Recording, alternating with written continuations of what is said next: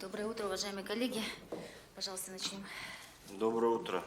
По данным оперативной сводки за прошлую неделю на территории города Якутска зарегистрировано 18 преступлений, раскрыто из которых 11, 61% раскрытия. Тяжких и особо тяжких 8, раскрыто 4. На пульт оператора 02 поступило 1894 сообщения о преступлениях и происшествиях. Значит, за отчетную неделю раскрыто 36 преступлений. Это 2 тяжких вреда здоровью, 1 грабеж, 1 разбой, 18 краж, 3 мошенничества, 11 прочих. По системе видеонаблюдения ПК «Безопасный город» раскрыто 4 преступления. К административной ответственности привлечено 1469, в спецприемник помещено 56. Значит, работаем в штатном режиме. Доклад окончен. Спасибо. Пожалуйста. В неделе у нас на территории города зарегистрировано 33 дорожно-транспортных происшествия, из них 6 ДТП с пострадавшими, в результате которых ранений получили 7 человек. В целях профилактики ДТП выявлено 892 правонарушения, из них 26 в отношении нетрезвых водителей. На спецстоянку доставлено 42 автомашины, за тонировкой стекол привлечено 62 водителя. По выявленным недостаткам УДС составлено 32 акта, выдано 9 предписаний, возбуждено 1 административное дело. По пассажирским перевозкам проведено 2 рейдовых мероприятия, в ходе которых составлено 6 административных материалов, из них 2 в отношении должностных лиц, 1 юридическое и 3 в отношении физических лиц. Во все выходные дни у нас на 3 постах ДПС круглосуточно работали наряды ДПС, контролировали перевозку пассажиров. Доклад окончен. Спасибо. Пожалуйста. Доброе утро. Количество больных коронавирусной инфекцией на территории города Якутска не изменилось. 7 человек. Эпидемиологическая ситуация по заболеваемости гриппом и ОРВИ в городе Якутске за 11-ю неделю показатель заболеваемости на 3% выше недельного эпидемического порога. За 4 дня 12-й недели показатель заболеваемости на 2,9% выше недельного эпидемического порога и выше показателя предыдущей недели на более чем на 30%.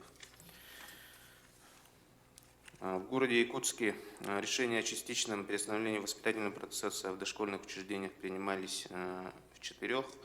Это детские сады Умка, Кенчарик, Эскель, Брусника. Количество закрытых групп 8, количество воспитанников в них 292. Управлением Роспотребнадзора по республике Саха-Якутия за неделю рассмотрено 42 дела об административном правонарушении в отношении 1 гражданина, 17 должностных лиц, 4 индивидуальных предпринимателей, 11 юридических лиц. Назначено 15 предупреждений и наложен административный штраф на общую сумму 544 тысячи рублей. Специалистами управления Роспотребнадзора и ФБУ Центр гигиены и эпидемиологии в республике в течение 12 недель 2020 года произведены рейдовые мероприятия по соблюдению дезинфекционного режима по 119 объектам.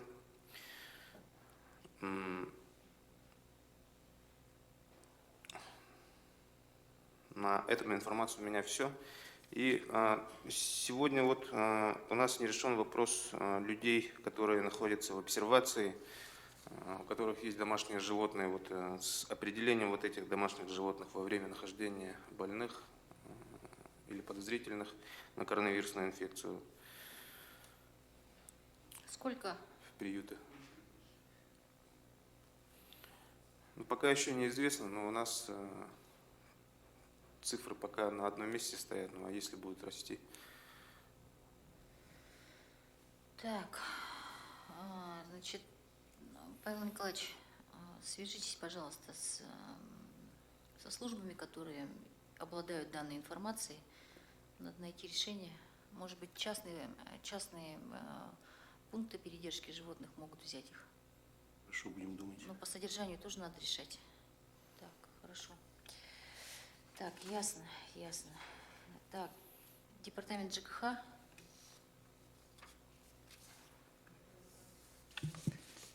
Доброе утро, коллеги.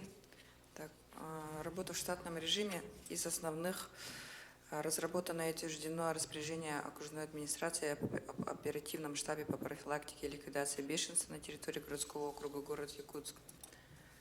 Также в работе на согласование у нас распоряжение о подтверждении положения предоставления субсидий из бюджета городского округа на возмещение недополученных доходов в связи с осуществлением вывоза жидких бытовых отходов в мерзлом виде из неблагоустроенного деревянного жилого фонда. Так, а также на согласование у нас распоряжение, порядок, то есть о подтверждении порядка проведения мероприятий по приспособлению жилых помещений инвалидов и общего имущества в МКД. Так, в целом, коротко так. Так, СГХ. Доброе утро, Сардана Владимировна. Ну, по санитарному трехмесячнику у нас процент исполнения по вывозу снега 81%, по уборке наледи 64%, если кратко, по санточкам это 48%. По животным, сельскохозяйственным животным, по собакам Управление сельского хозяйства и административная комиссия совместно с МВД и с управами проводит работу по проверке регистрации и вакцинации от бешенства. Так, по дезинфекции подъездов цифра у нас на вчерашний вечер составляет 64%, отстой управляющей компании в автодорожном округе это 23%, также в Губинском, строительном и промышленном территориальным органам управления необходимо усилить контроль. Если говорить конкретно по управляющим компаниям, то очень низкие показатели у управляющей компании ЖКХ «Столичная», ЖКХ «Промышленная», «Ирмакс», «Новатор», УК «Якутск». У них цифры близкие к 10% по дезинфекции жилых подъездов. По нулям показатели у «Модуль Сервис», УК «ТОС», «Северная», «Гранит» и «Строитель». По ним мы направим обращение в Роспотребнадзор и Госрожжилнадзор для принятия соответствующих мер. Так, по вашему поручению сегодня на 3 часа на штаб мы пригласили Юнион, Акведук и ЖКХ «Строительная», чтобы заслушать информацию по дезинфекции. По поручению Романа Сергеевича отрабатываем с Роспотребнадзором и водоканалом по использованию гипохлорида натрия для цели обеззараживания. Так, по аварийной ситуации в сетях канализации автодорожной 28/10 по решению КЧС сегодня у нас подрядчик приступает к работе. По протокольным поручениям совещания у вас по проблемам содержания улично-дорожной сети направлена заявка в доп. Потребности на имя Максима Макарыча. Сумма составляет 99 миллионов. Также на ваше имя направлена сложная записка о необходимости возобновления работы по разработке программы обеспечения водоотведения с территории города Якутска по вашему поручению. Также подготовительная работа у нас ведется по обеспечению безопасного пропуска паводка и содержания гидротехнических сооружений, по озеленению и откачке АСМ. Сейчас объявлены конкурса, подписывается соглашение. Также проводится работа, рейтинг вам направлен управляющей компании и порядок расчета. Сегодня направим информацию по обязательствам управляющей компании. Кратко у меня все. Спасибо. Так, действительно, Айлан Анатольевич, дезинфекция подъездов многоквартирных домов вызывает очень много нареканий у жильцов, поэтому просьба сегодня в течение дня с руководителями территориальных органов управления провести проверку. Сделаем. При этом, пожалуйста, проверку пусть проводят при наличии соответствующих защитных средств и так далее. Хорошо. Не голыми руками по почтовым ящикам. Все. Так, управление дорог. Управления дорог у нас нет. Так, ЕПАК. Доброе утро, Сардана Владимировна. Начиная с вчерашней недели мы отрабатывали по звонкам. В 5:30 мы автобус отправили в аэропорт. 4 человека вывезли на обсерватор. С сегодняшнего дня 6 граждан Узбекистана также привезли в обсерватор. Также вчера вечером мы отработали по дополнительным спискам, которые направил на Роспотребнадзор. Там 14 человек было, из них 6 поступили на обсерватор, 5 отказались, и остальных не было дома, и они не были доступны. Сегодня утром отправили один автобус в аэропорт, доставили одного человека, гражданина Казахстана, в представителя Советской армии. Мы вернулись к будничным графикам. Сегодня посмотрим, какая у нас динамика, и по итогам баланса мы решим, как мы будем действовать в дальнейшем. Вы имеете в виду увеличение интервала движения, да? Да, здесь отдел Что, наверное? транспорта присутствует, Сардана Владимировна. Что? Отдел транспорта присутствует. Отдел транспорта присутствует. Так, пожалуйста. Доброе утро, уважаемые коллеги. Отдел транспорта отработал в плановом режиме по мероприятиям. Сегодня разработан у нас план-график по обработке санитарной очистки, по обследованию санитарных обработок на конечных автобусных маршрутах. С завтрашнего дня мы начинаем, 26-го мы закончим. На сегодняшний день договора заключили и приобрели многоразовые маски маршрутов. Это 5, 7, 2, 3, 41, 20. Остальные договора заключили, но им еще не подставили многоразовые маски. Химия у них в достаточном объеме идет. Ну, вкратце все. Да, пожалуйста. Вот с деятельностью, связанной вы субсидии, распределили по льготным категориям граждан? Субсидий? Да, субсидии перевозчикам. 1 по 4, ну, то есть 5 и 11 у нас подписан, выпадающий тоже. 1 и 4 у нас завис по объективным причинам у нас. В связи с тем, что начальник отдела Сторожев Артем Александрович протокол не подписал, и с его разногласиями, то есть мы не согласны, и сейчас будем повторный этап проводить. Хорошо. Евгений Николаевич, ускорьте, пожалуйста. Да, это вообще феноменальная ситуация с этим Сторожевым, конечно. Значит, по сегодняшний день до 3 мы примем решение по, значит, численному сокращению, увеличению интервалов в связи с сокращением, значит, количества перевозимых людей. Это факт. Просто сегодня мы уже предоставим план. По Союз авто тоже, да? Да. Так, ясно. Управление здравоохранения, Леонид Аркадьевич, пожалуйста. Добрый день, уважаемые коллеги. Все городские медицинские организации города Якутска работают в напряженном режиме. Выпущен приказ о продлении приема и обслуживания населения и выходные дни до 8 часов. По коронавирусной инфекции у нас централизованное управление проводится штабом Министерства здравоохранения Республики Саха-Якутия, где я тоже состою в рабочей команде. По жителям города Якутска. Первичных обращений после укуса животных было 17 на прошлой неделе, из них бродячими собаками 4. Уличные травмы получили 236 человек, в том числе вследствие гололеда 177, травмы на горках 22 человека, травмы на катке 13 человек. Уличных травм среди детей 39. Так, в Сосновом Бору в обсерваторе сейчас находится 85 человек. В инфекционной больнице 30 человек с подозрением на коронавирус и проявлениями острой респираторной вирусной инфекции. В детской инфекционной клинической больнице находится 3 ребенка, но у них анализ не подтвердился. Повышение заболеваемости по острым респираторным вирусным инфекциям у нас за прошлую неделю составил прирост на 35%. В соответствии с этим у нас увеличились количество вызовов на дом. Это и вызова по домашнему наблюдению, и по вирусным инфекциям. В пункте временной изоляции у нас находятся иностранные граждане.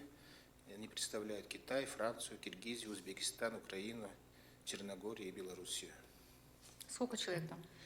Ну, по данным на вчера было 15 человек, но сегодня утром, скорее всего, тоже добавились там после прилета бортов. Штаб работает в тесном сотрудничестве со штабом города. У нас представитель окружной администрации, это Сергучев Иннокентий.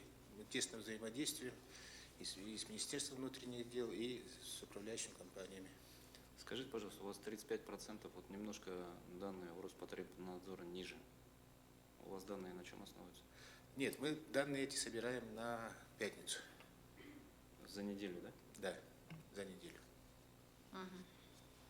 По сравнению с аналогичным периодом, сколько ОРВИ? ОРВИ увеличилось на 34,5%. Ну, в принципе, на уровне прошлого года ОРВИ Да, тогда да, получается. Да. Ну, просто наслойка идет уже на коронавирус, просто нагрузка увеличивается. Так, относительно того, что мы вчера разговаривали Да, по привлечению вечером. добровольцев, волонтеров, водителей. Ну, сегодня тоже будем искать выходы на таксомоторные компании, скажем так, да. И плюс еще будем отрабатывать по высвобождающемуся автотранспорту, то есть предприятий. Иннокентий Лазаревич, на контроль тоже возьмите, чтобы помочь. Я вот на вскидку сейчас скажу, да, вот мы вчера посчитали, ежедневно нам требуется дополнительно 25 единиц автотранспорта. 25. Это при условии, если врачебные участки будут работать с 8 утра до 8 вечера, на 12 часов. Так, понятно. Все. Да, пожалуйста. Можно пожелание здравоохранению, чтобы, да, сразу обеспечивали наших водителей, в том числе и средствами защиты, потому что вчера был случай, то, что водитель отказывался ехать без средств защиты. С средствами индивидуальной защиты у нас тоже проблема большая. Мы, и обсерватор такой, как на самом деле изыскиваем запасы, но мы ждем поступления. Да, так называемые противочумные костюмы. Мы АЗК можем одеть, но еще больше Я народ хочу попугаем. пояснить, что вот в пункт временной изоляции, когда приезжают борта и встречаете, да, там противочумных костюмов не нужно. Там достаточно средств индивидуальной защиты, но в легкой форме. Это маски, перчатки, колпаки и халат, и одноразовый хирургический, можно сказать, больничный халат. Валерий Иванович, Технавия, свяжитесь, там, по-моему, оставались эти костюмы немножко. Мы вчера выезжали, да, там только маленькие размеры остались. Ну, если управление здравоохранения говорит, что не обязательно противочумные. Там не требуется такого полного изоляции, скажем так. Это же не чума. Так, управление культурой. Доброе утро. Значит, с 20 марта все подведомственные учреждения у нас приостановили свою деятельность. С сегодняшнего дня люди, которые находятся в зоне риска, и педагогический состав детских школ искусств переходит на удаленную форму работы. Но вспомогательный персонал, это в основном, конечно, гардеробщики, они у нас идут на вынужденный простой. В принципе, вкратце все. Ну, вынужденный простой, он же оплачивается? Да, да, конечно. То есть люди в доходах не потеряют? Нет. Так, управление образования. Так, за выходные сообщений об авариях не поступало. Вот, ну, в детских садах, ну, как вы знаете, у нас количество посещающих детей около 25%. Вот сегодняшнего дня будем решать работу уже возрастной контингента. Также мы сделали запрос по образовательным учреждениям коллектива, педагогов и детей, которые не имеют доступа к интернету. То есть будем сводить в течение недели, сколько у нас людей без интернета. И детей, и работников. Вот, запускаем дистанционно, то есть пробовали несколько систем. Идет на республиканском уровне обучение по сетевому городу. Вот работа идет. Так, пожалуйста, значит, вот по информации, что с детей в детских садах где-то требуют маски, проверку проведите. И вот я вам направила, что в коррекционных школах у детей нет средств для дистанционного обучения, имеется в виду, значит, ни смартфонов, ни компьютеров, ни интернета. С коррекционными школами тоже надо отработать. Понятно, что коррекционные школы не входят в систему муниципальных образовательных учреждений, но тем не менее. Владимировна, в других, в Казахстане, люди, которые прибыли, да, они говорят о том, что даже при минусовом балансе люди могут, сотовый оператор сделали так, чтобы люди разговаривали и был доступ к интернету. Ну, республиканский штаб, да, тоже этим занимается, поэтому сегодня вечером на совещании я этот вопрос еще раз подниму, как это собираются решать. Так, пожалуйста, управление соцзащиты, Семен Иванович. Доброе утро. Так, мы в рамках эпидемии ввели временные ограничения личного приема граждан. Если у нас в обычные дни посещало до 500 человек, прошлой неделе показало то, что или народ сам немножко напуган, да, чуть меньше стало. С сегодняшнего дня мы будем принимать, постараемся максимально принимать по предварительной записи. Ввели в работу 2 телефона горячей линии. Один телефон 42 18 70 и один номер сотового оператора, чтобы население могли информировать через WhatsApp.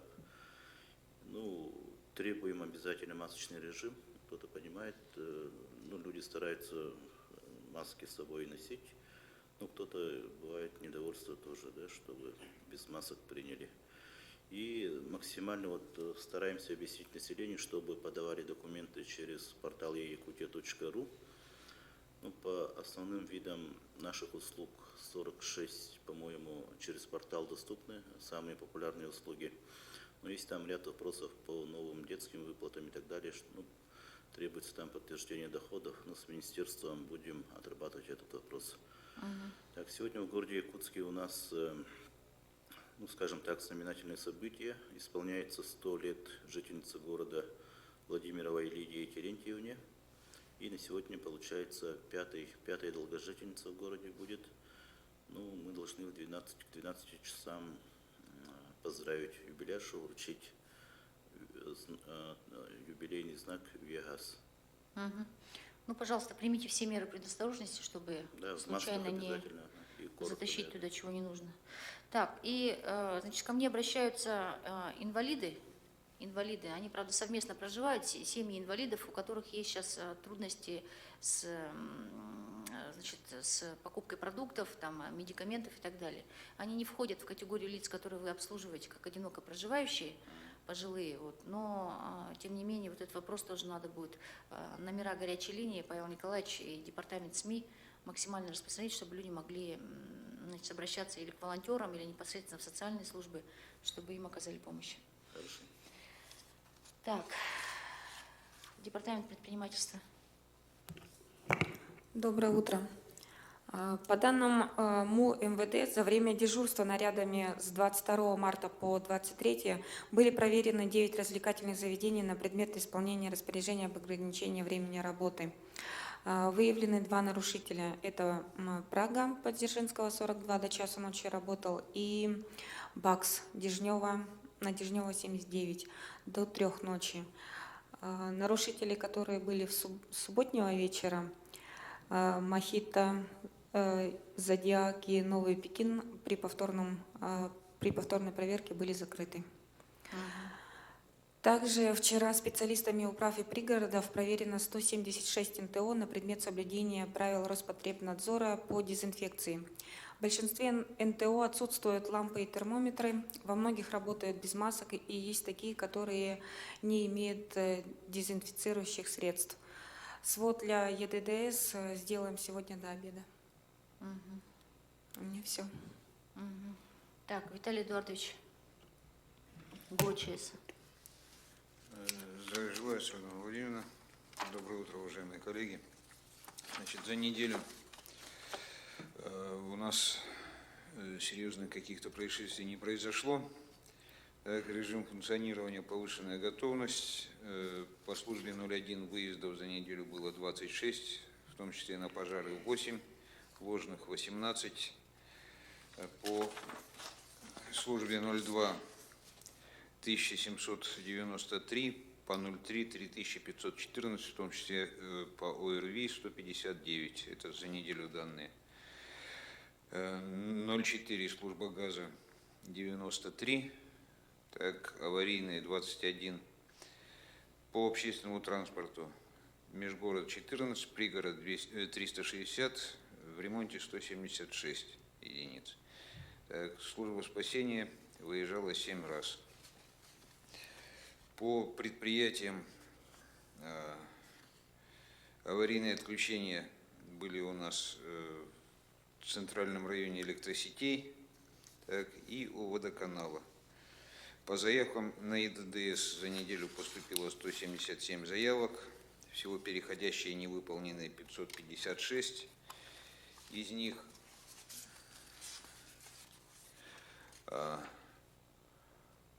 по санитарной очистке 486, так, в том числе 439 по собакам и 21 заявка по дезинфекции. Доклад закончил. 439 собаки. Так. Ясно.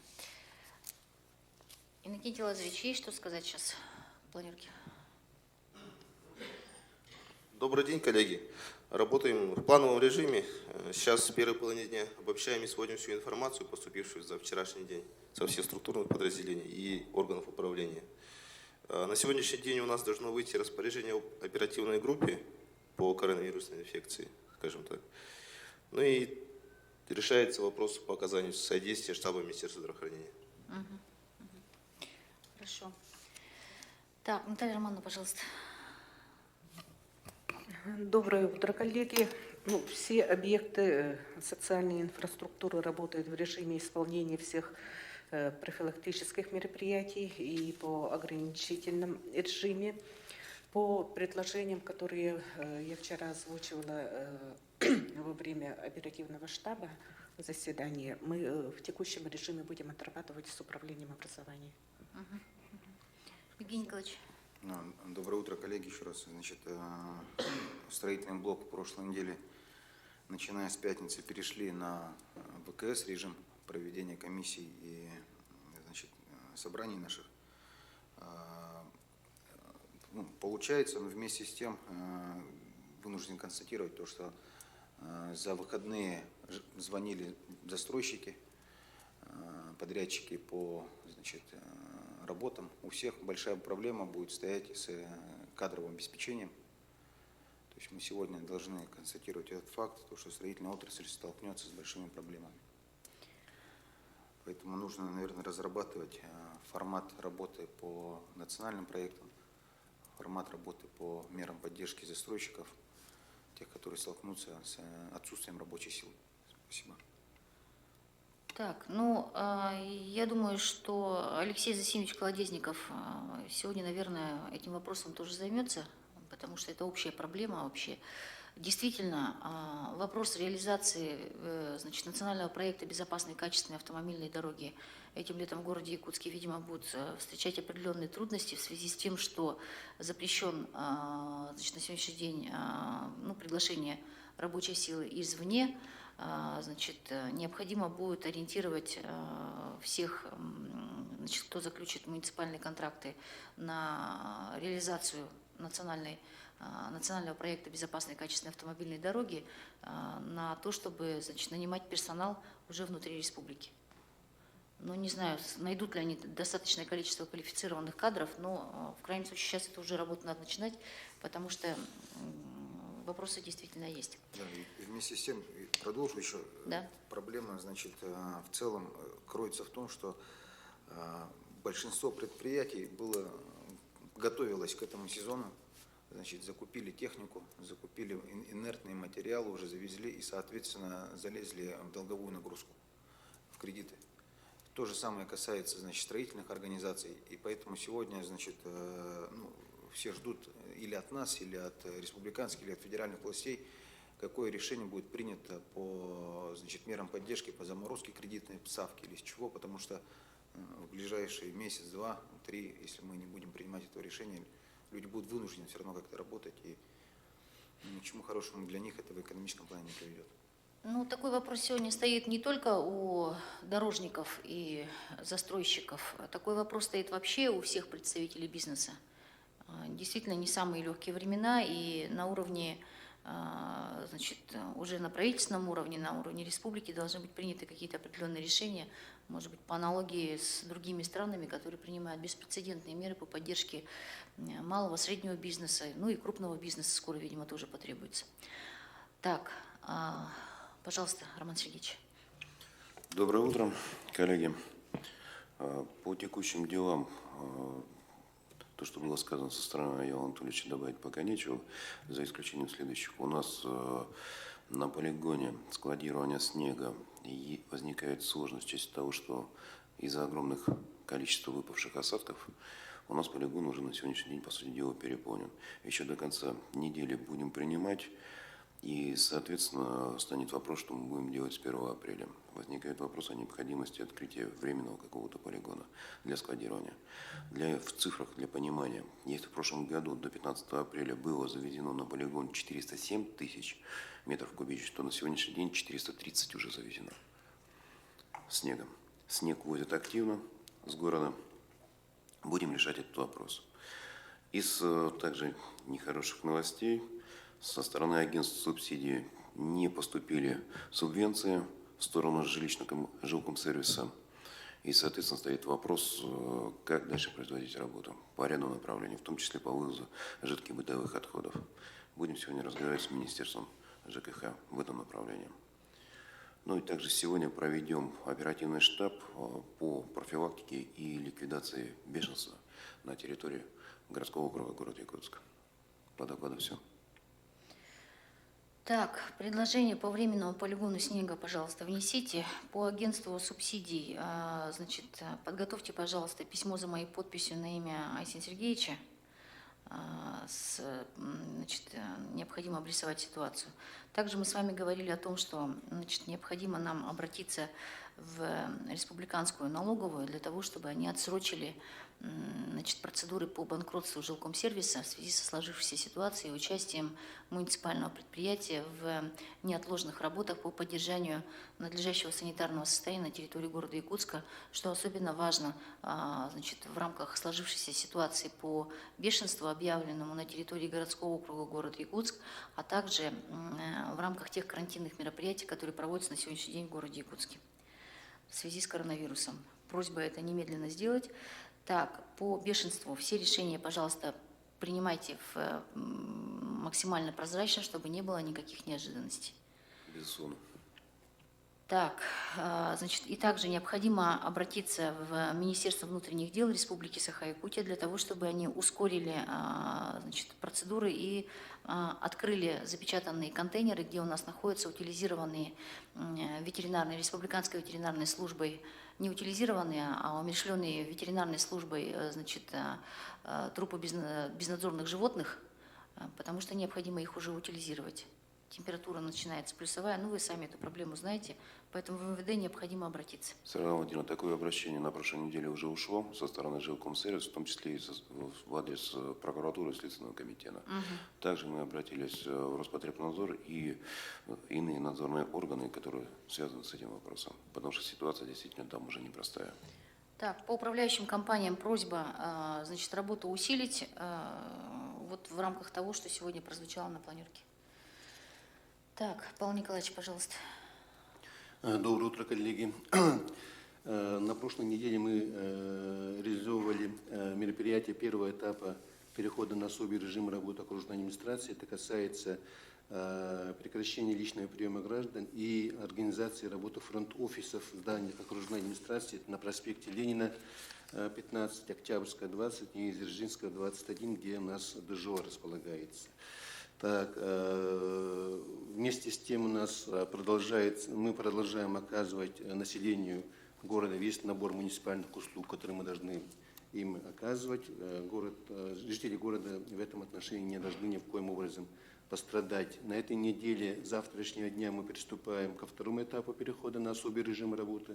Речь идет о максимальном переводе работников на дистанционный режим. На местах останутся работать только сотрудники, имеющие соответствующие допуски для работы в информационных системах в активном режиме. То есть в целях информационной безопасности в часть наших информационных систем нельзя входить и вносить какие-то изменения извне. Есть определенные работники, кто имеет допуск, вот только они и плюс руководители будут оставаться на рабочих местах. Необходимые документы по регулированию порядка работы сотрудников на дистанционном режиме отработан. Сегодня мы подпишем большой объем доп. Соглашений к трудовым договорам. Что касается организации работы оперативного штаба, Иннокентий Ларадович уже доложился. Максим Макарович. Так, на прошлой неделе с точки зрения финансирования первоочередных неотложных мер предложено всем муниципальным заказчикам проводить их за счет перемещения средств с конца года на текущий период. По муниципальным предприятиям проводить все через Управление гражданской обороны, после проверки Департамента экономики. Сейчас мы завершаем проверять расчеты ЯПАКа, и в ближайшее время финансирование будет. По продовольственным организациям была проведена встреча, расширен перечень социально значимых продуктов до 22 наименований, и вся информация доведена до оптовых и розничных торговли. И со вчерашнего дня специалистами по торговле проводится проверка уже соблюдения торговых надбавок. У меня все. Так, уважаемые коллеги, на сегодняшний день необходимо констатировать то, что значит, в связи с тем, что не хватает средств индивидуальной защиты в городе Якутске, как для специализированных организаций, которые сегодня направлены на борьбу с коронавирусом, так и для горожан. Во-вторых, значит, отсутствие в городе Якутске дезинфицирующих средств, плюс к этому небрежное отношение управляющих компаний, значит, некоторых точек общественного питания и некоторых торговых организаций к мероприятиям по надлежащей дезинфекции, значит, своих объектов. Полагаю, что вся работа, которая на сегодняшний день в городе Якутске проводится, она крайне недостаточна и не может гарантировать, значит, то, что мы сможем удержать, значит, заболевания на надлежащем уровне в городе Якутске. В этой связи в конце дня я буду выходить на руководство с республики с просьбой, значит, об ужесточении принимаемых мер по недопущению распространения на территории городского округа города Якутска, значит, коронавируса, вплоть до введения полного карантина. Напомню, что решение, конечно, приниматься будет не нами, поэтому, значит, до конца дня мы посмотрим еще про, значит, всю информацию по дезинфекции, по состоянию, по санитарному состоянию всех объектов города Якутска мне до 18 часов внести. Но у нас с вами сегодня оперативный штаб в 15 часов. Просьба ко всем руководителям, прежде всего, муниципальных предприятий, всех предприятий, независимо от форм собственности, максимально переводить работников на удаленную работу. Либо же в случае, если удаленная работа невозможна, вот по тем же причинам, которые, например, обрисовал Павел Николаевич, что переводить людей на гибкий график работы, значит, с установлением времени прихода на работу и убытия, для того, чтобы у нас, значит, не допускать ни в коем случае концентрации работников в отдельно взятом здании. Напоминаю о том, что у нас все должны быть катки сегодня закрыты.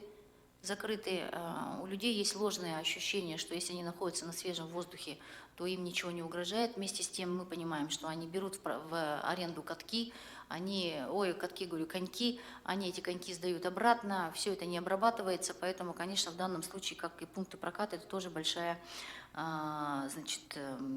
вопрос для нас. Также у меня остаются вопросы по автовокзалу. На сегодняшний день нет у меня понимания, что там жестко контролируется. Вместе с тем прибывают люди из Нижнего Бестяха в автовокзал, что тоже является определенной точкой доступа в город Якутск. Поэтому просьба, товарищи, значит, всем усилить режим дезинфекции. Повторюсь, проследить за тем, чтобы школьники и люди пожилого возраста находились все-таки дома, значит, свести к минимуму посещение общественных мест, торговых комплексов, значит, магазинов, аптек и всего прочего, вплоть до следующих указаний. Спасибо. Оперативный штаб в 15 часов.